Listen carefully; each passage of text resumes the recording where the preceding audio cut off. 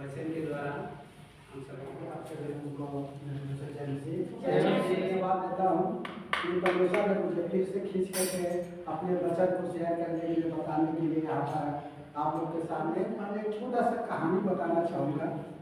कहानी क्या है कि एक लड़का जो चीज़ को भी देखता है और वो अपने आप में सोचता है कि मैं उसी तरीके से बन जाऊँगा। तो एक दिन एक चिड़िया को देखा। किसको देखा? चिड़िया को देखा एक लड़का और बोलता है यार चिड़िया कितना मस्त जिंदगी जीना है, ना इसको कोई चीज को बोलना पड़ता है, ना कुछ मेहनत करना पड़ता है, कुछ भी नहीं करना पड़ता है, फिर भी उसको खाने के लिए मिलता है। और चिड़िया के पास जाकर के बोलता है यार मुझे भी चिड़िया बनना है।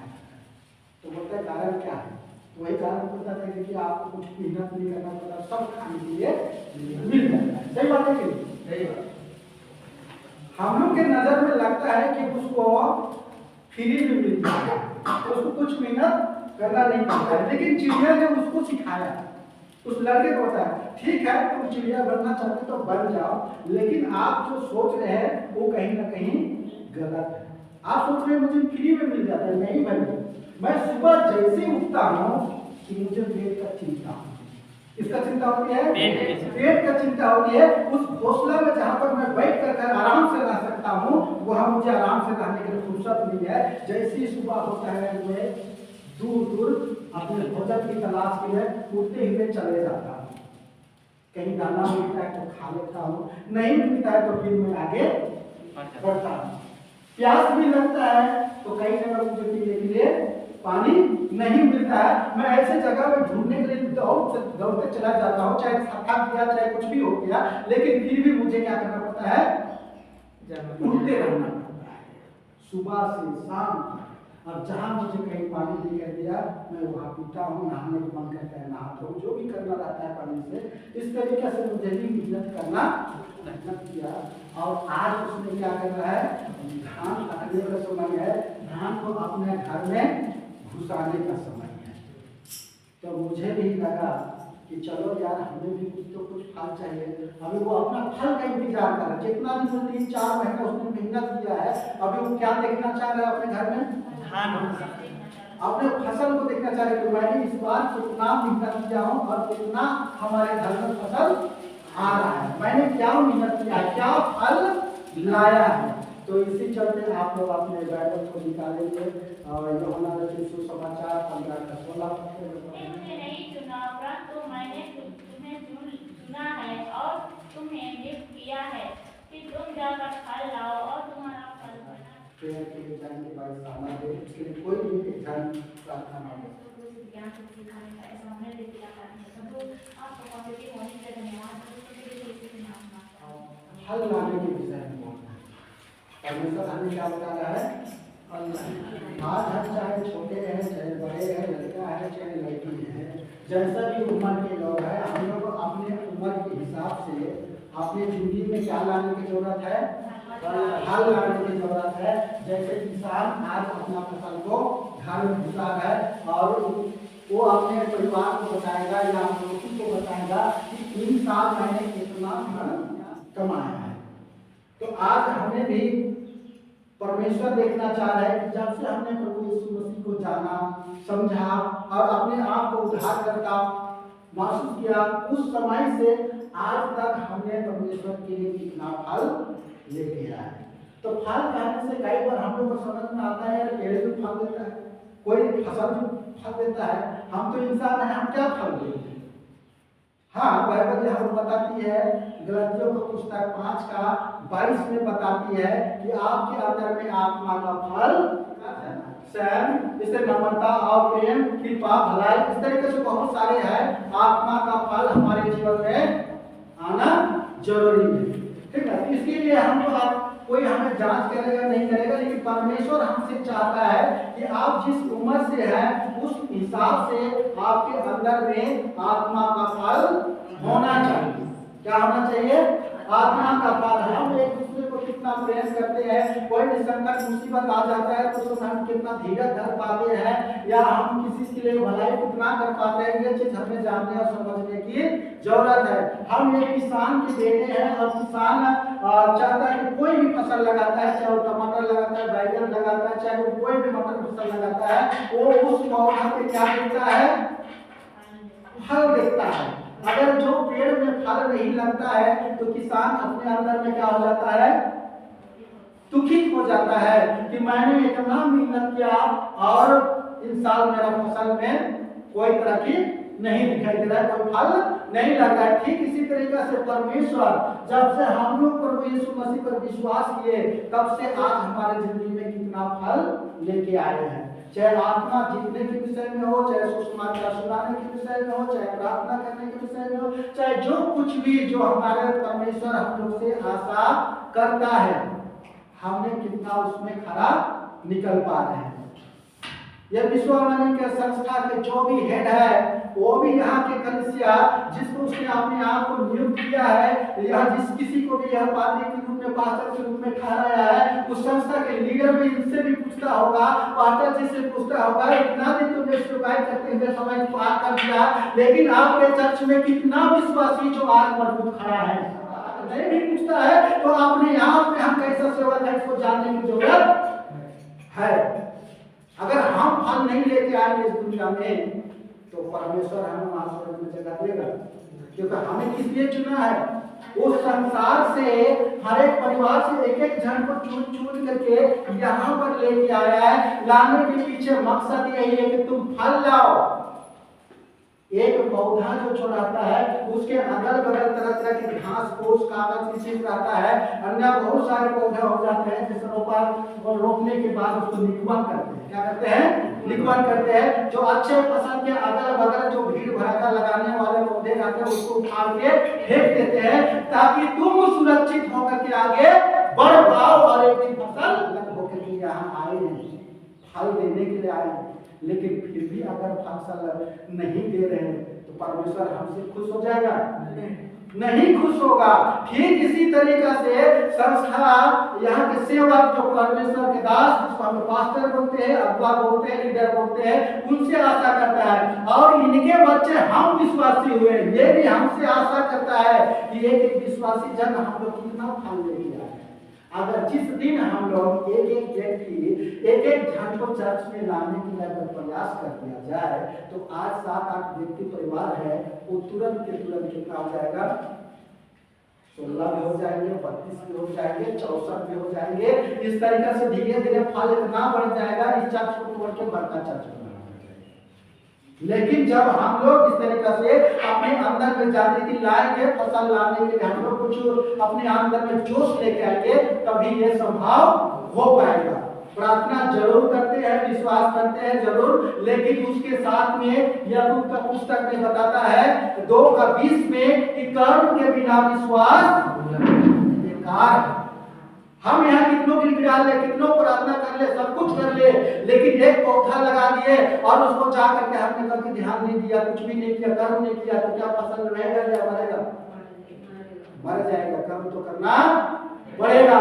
इसीलिए मैंने कहानी बताया, हम लोग सब कुछ चाहते हैं फोकट में, कुछ मेहनत करना नहीं चाहते हैं। वो लड़का जिस तरीके से आप चाहता तो किसी को देखता था हम ये हो जाए वो हो जाए। ठीक इसी तरीके से हम अभिभावक माता पिता जिन्होंने शादी की है, इनके बाल बच्चा है, अब हम बच्चे नहीं रहे, अब हम क्या हो गए? जवान हो गए। आज हमारे अंदर समझदारी आ गया है। आज भी कई पति पत्नी होने के बावजूद भी हम बच्चे के ऊपर आशा करके बैठे हुए हैं या पड़ोसी के ऊपर आशा करके बैठे हुए हैं कि वो हमें देगा।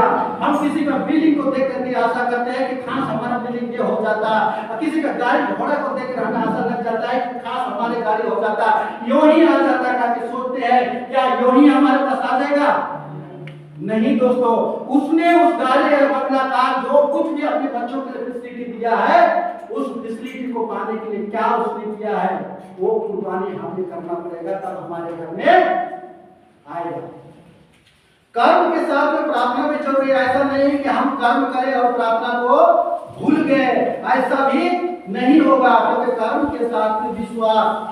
जब हम मेहनत करते पौधा लगाते हैं, उसका देखभाल सिंचाई कराई जो कुछ भी करना होता है हम करते हैं, परमेश्वर उसमें आशीष देता है उसको बढ़ने के लिए, फलने फूलने के लिए। लेकिन हम पौधा ही न लगाएं और पेड़ का फल का आशा करें, क्या ऐसा नहीं होगा।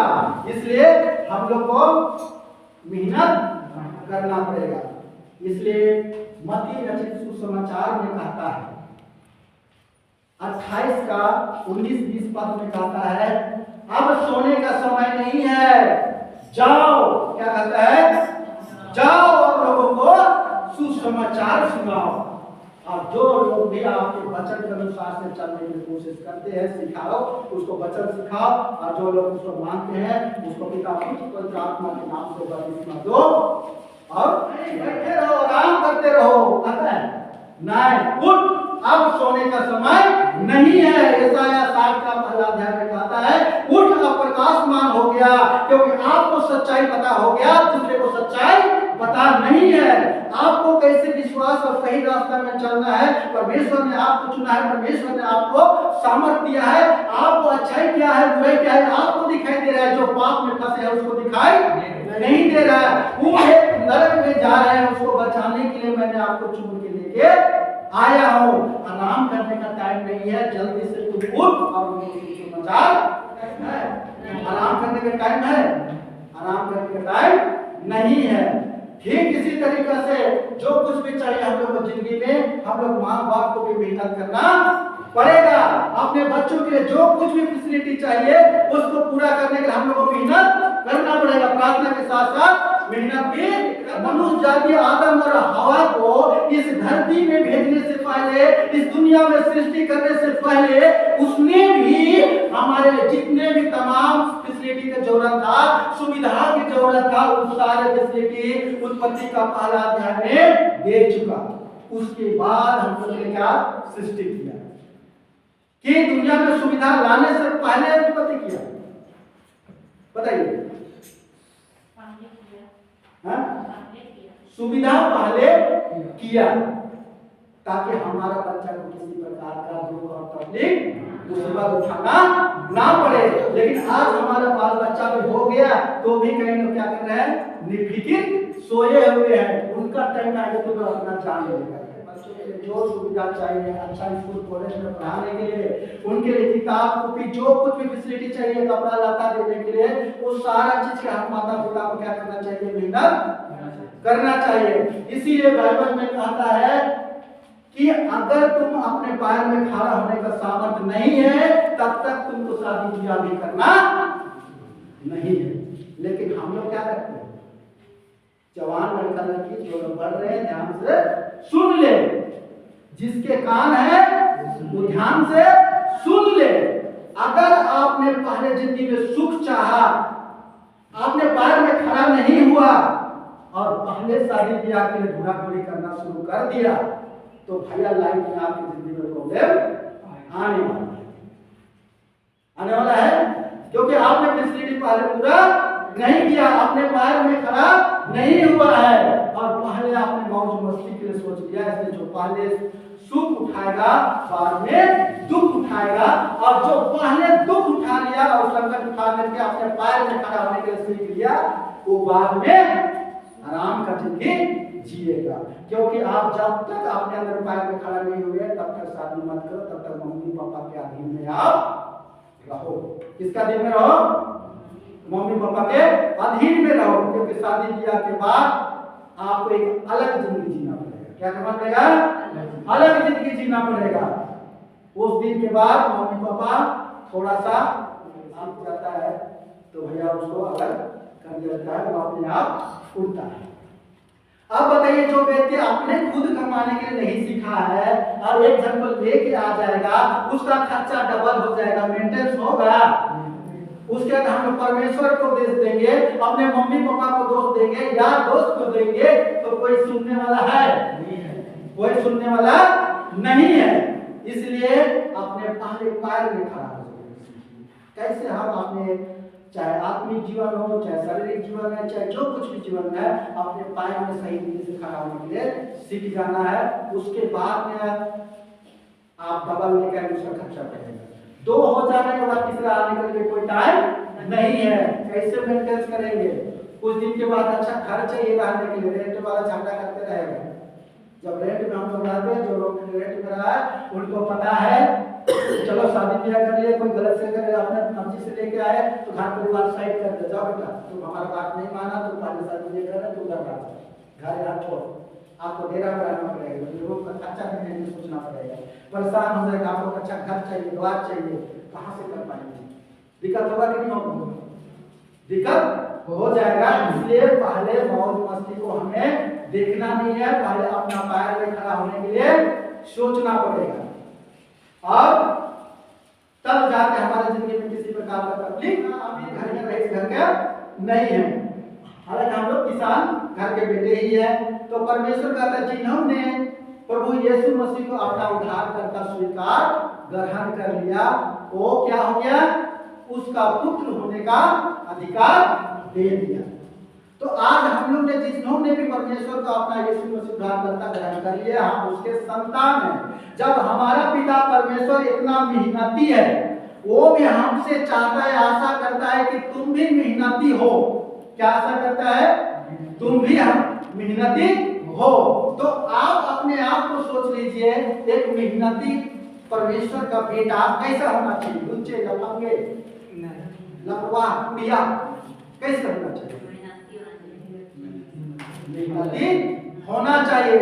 जो भी हम लोग काम करते हैं उस काम में हम लोग को मेहनती दिखाई देना चाहिए। एक छोटे बच्चे अगर स्कूल पढ़ रहा है तो उसको क्या दिखाई देना चाहिए, है क्या दिखाई देना चाहिए, किसी का मम्मी पापा क्या आशा करते हैं, आपका टीचर क्या आशा करता है,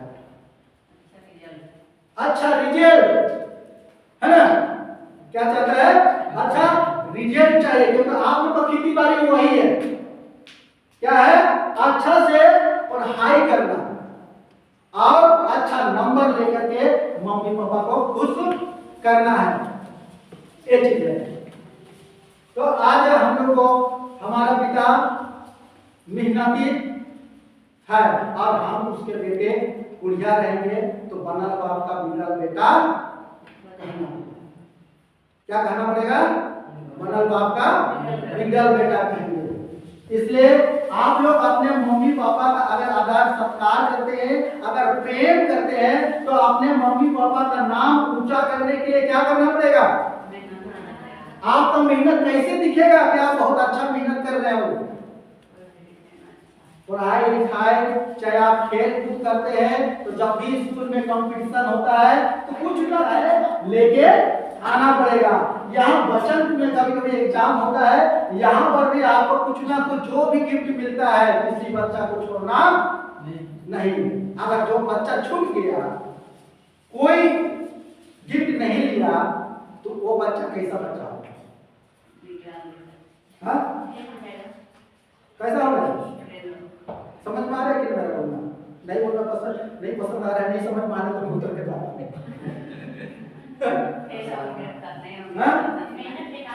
जो व्यक्ति मेहनत नहीं करता है वो अपने मम्मी पापा का निरादर करता है, प्रेम नहीं करता है, उसका नाम को रोशन नहीं करता है, बल्कि बदनाम करता है ना। इसलिए हम लोग को मेहनती होना बहुत ही जरूरी है। और हम लोग को मेहनत के विषय में देखते हैं तो हर जीव जंतु को मेहनत करना पड़ता है। नीति वचन 6:6 में कहता है, चींटियों को तो देखो भाई, किसको देखो, चींटियों को देखो, वो भी क्या करता है, मेहनत करता है, दिन रात बरसात के लिए भोजन बाहर कहाँ मिलेगा, उसके लिए अपना बिल बनाता है, रहने के लिए घर बनाता है, और उस बिल के अंदर में जितना भी उसका चारा पानी खाना पीना होता है वो सारा के सारा क्या करता है। तो हम लोग को भी सोचने समझने की क्षमता दिया हुआ है। तो आज हमें भी जो अच्छाई है उस चीज को हम लोग अपनाते हैं और हमारे घर में फलता फूलता, जब हम लोग भी प्रतिदिन कोई ना कोई चीज में तरक्की करेंगे तो हमारा तरक्की को लोग देख करके क्या बोलेंगे, वाह बेटा मेहनत करता है बोलेंगे। चाहे यार आप करते क्या है, जो पहले आप इस तरीके से रेंट में जाते थे, आप बहुत जल्दी आप जमीन खरीद लिए, उसके बाद जब न्योछो करेंगे तो बहुत जल्दी आप गाड़ी बनाना शुरू कर दें, घर बनाना शुरू कर दें, घर बन गया तो टीवी ले, गोदरेज ले, फ्रिज ले, एसी ले, कूलर ले और काका से ला लें, कुछ दिन के बाद गाड़ी भी जाना है, तो ये तो बेटे आपका पड़ोसी क्या करेगा, आपके साथ आकर के बैठना शुरू करेगा। अपना लेवल जब तक नहीं होता है तब तक आदमी नहीं बैठता है। गरीब को कोई नहीं पूछता है। जो व्यक्ति असफल है उस व्यक्ति को कोई भी नहीं पूछता है।